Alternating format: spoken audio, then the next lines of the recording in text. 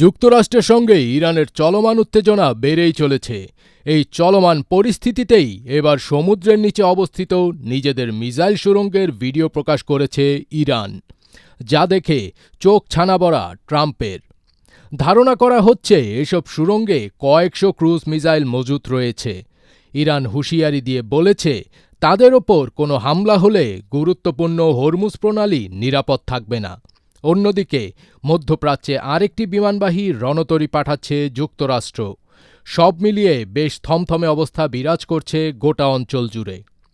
এরই মধ্যে ইরানের পররাষ্ট্রমন্ত্রী আব্বাস আরাকচি জানিয়েছেন, যুক্তরাষ্ট্র যদি কোনো ধরনের হামলা চালায় তবে ইরানের সশস্ত্র বাহিনী তাৎক্ষণিক ও শক্তিশালী জবাব দিতে প্রস্তুত রয়েছে।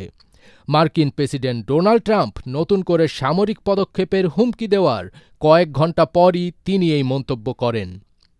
বুধবার ২৮ জানুয়ারি সংবাদ মাধ্যম আরব নিউজ জানিয়েছে, ইরানের রাষ্ট্রীয় টেলিভিশনে পানির নিচে নির্মিত মিসাইল সুড়ঙ্গের একটি ভিডিও প্রচার করা হয়েছে। ভিডিওতে ইসলামিক বিপ্লবী গার্ডের নৌ শাখার কমান্ডার আলী রেজা সুড়ঙ্গের ভেতরে অবস্থান করছেন। সেখানে উৎক্ষেপণের জন্য প্রস্তুত অবস্থায় পানির নিচে রাখা একাধিক মিসাইল দেখা গেছে। নৌ কমান্ডার আলী রেজা জানান, সমুদ্রের নিচে তাদের মিসাইলের একটি বিস্তৃত নেটওয়ার্ক রয়েছে।